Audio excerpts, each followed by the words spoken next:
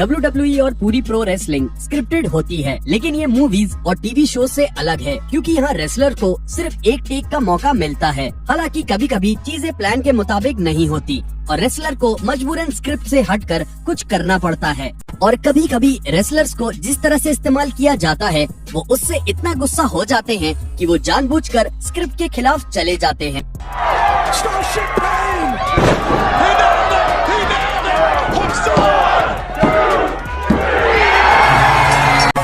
Professional wrestlers कुछ इस तरह से रिंग में बिगड़ते हुए हालातों को संभाल लेते हैं। 2012 में कोडी रोड्स और डैमन सैंडो ने WWE टैग टीम चैंपियन केन और डैनियल ब्रायन का सामना किया। जब कोडी और केन रिंग में लड़ रहे थे तब द बिग रेड मशीन ने कोडी को एक बैक बॉडी ड्रॉप मारा, लेकिन इस दौरान कोडी गलत तरह से नीचे गिर गए, जिसके कारण उन्हें कंकशन हुआ और उनका एक कंधा भी डिसलोकेट हो गया। केन, ब्रायन और सैंडो को ये समझ आ गया कि कोडी अगर रेसलिंग जारी रखेंगे तो उनकी हालत और बिगड़ जाएगी, लेकिन वो इस मैच को जल्द ही खत्म नहीं कर सकते थे। इसलिए उन्होंने मैच की स्क्रिप्ट को बदल दिया और आगे पूरे मैच में सिर्फ डैमन, ब्रायन और केन ने ही रेसलिंग की, जिससे कोडी रोड्स को भी कोई खतरा नहीं हुआ और मैच भी पूरे टाइम चल सका। बदकिस्मती से चीजें तब इतनी अच्छी तरह से नहीं हो सकी जब जॉन मॉक्सली का सामना रे फिनिक्स से AEW में हुआ। 2023 के सितंबर में रे फिनिक्स ने इंटरनेशनल चैंपियन जॉन मॉक्सली के खिलाफ एक मैच खेला। स्क्रिप्ट के मुताबिक मॉक्सली को अपना टाइटल बचाना था,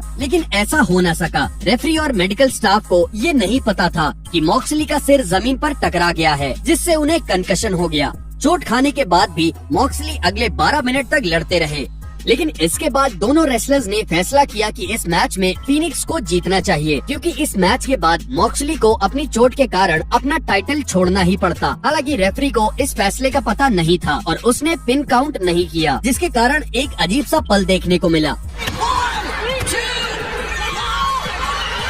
रेफरी को दूसरी बार में ये बात पता चली और उस दिन को खत्म करते हुए रे फिनिक्स वो टाइटल जीत गए। जैसे ही आपने देखा कि आमतौर पर रेसलर किसी भी चोट लगने पर ही स्क्रिप्ट से हटते हैं, लेकिन इस अगले मैच में रेसलर स्क्रिप्ट से सिर्फ इसलिए हटा ताकि वो अपनी बात रख सके। गेल किम कई मायनों में समय से काफी आगे थी। उन्होंने WWE में उस समय रेसलिंग की जब फीमेल रेसलर्स को ज्यादातर उनकी खूबसूरती के लिए देखा जाता था, न कि उनकी रेसलिंग के लिए। इसके बावजूद भी किम एक बहुत ही शानदार रेसलर थी। वो लगभग 1 साल तक WWE में अपने काम से नाखुश रही और आखिरकार उनका सब्र का बांध टूट गया। अगस्त 2011 में गेल और 12 वुमेन रेसलर के साथ एक बैटल रॉयल मैच में लड़ रही थी, जिसमें जीतने वाले को समर स्लैम में डीवास चैंपियन केली केली का सामना करने का मौका मिलने वाला था। बैटल रॉयल शुरू होने के 15 सेकंड बाद ही किम रोप के नीचे से बाहर निकल गई और खुद को एलिमिनेट कर दिया।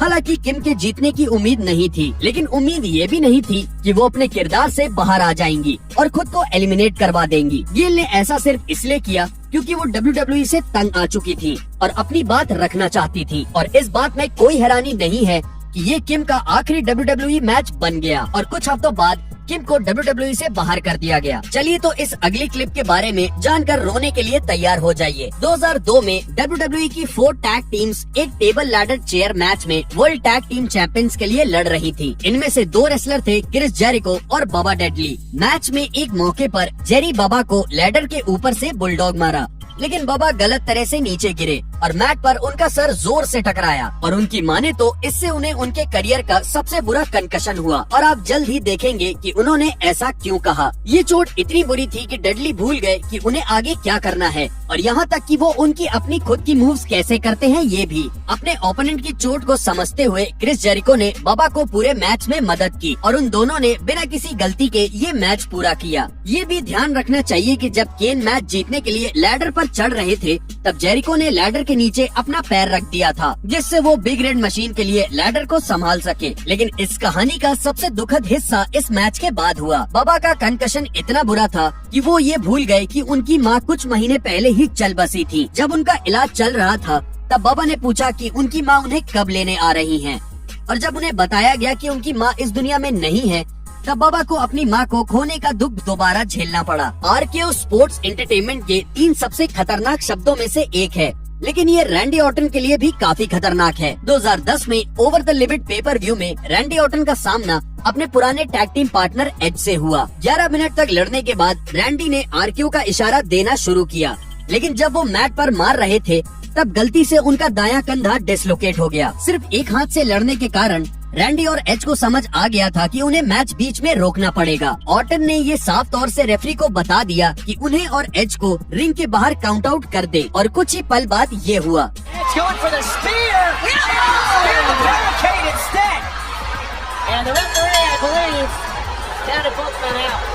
आमतौर पे जब रेसलर्स को हारना होता है तो वो चिढ़ जाते हैं, लेकिन इस अगली क्लिप में रेसलर को मैच जीतना था, लेकिन वो स्क्रिप्ट के खिलाफ जाकर जानबूझकर मैच हार गया। डेविड सैमेंटिनो उन्हीं ब्रूनो सैमेंटिनो के बेटे थे जिन्होंने 60 और 70 के दशक के दौरान 4000 दिनों तक WWE चैंपियनशिप पर राज किया था। जाहिर है कि जब 1984 में डेविड ने WWE में अपना डेब्यू किया तो उन पर एक बहुत ही बड़े नाम को संभालने की जिम्मेदारी थी, लेकिन डेविड अपने पिता की शोहरत के आसपास भी नहीं पहुंच सके, जिसका एक कारण ये भी था कि WWE ने उन्हें किस तरह से इस्तेमाल किया। डेविड को कंपनी ने सही तरह से इस्तेमाल नहीं किया था, जिसके कारण वो काफी नाराज थे और उन्होंने एक मैच के दौरान स्क्रिप्ट के खिलाफ जाने का फैसला किया। नवंबर 1985 में डेविड को रॉन शॉ नाम के एक रेसलर के खिलाफ मैच में उतारा गया। इस मैच में डेविड को आसानी से जीत हासिल करना था, लेकिन डेविड ने एक भी मूव नहीं मारा और उनकी जगह उनके ओपोनेंट ने हमला करना शुरू कर दिया। और हद तो तब हो गई जब सिर्फ 2 मिनट तक लड़ने के बाद रॉन शॉ ने डेविड को बियर हक में जकड़ लिया और डेविड ने हार मान ली। डेविड ने WWE को आईना दिखाने के लिए ये तरीका चुना और जल्द ही WWE ने उन्हें कंपनी से बाहर कर दिया।